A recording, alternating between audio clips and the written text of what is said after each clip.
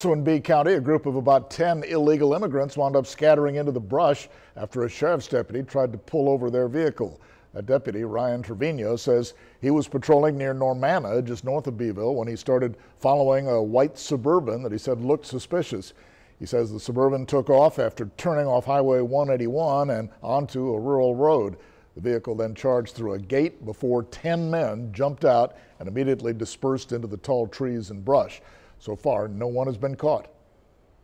They were wearing long sleeve shirts when they ran out, and and black colored shirts, and so it's going to be hard for them. And then being out there for so long, the wildlife, the heat, like dehydration. We want to find them, try and get them to help.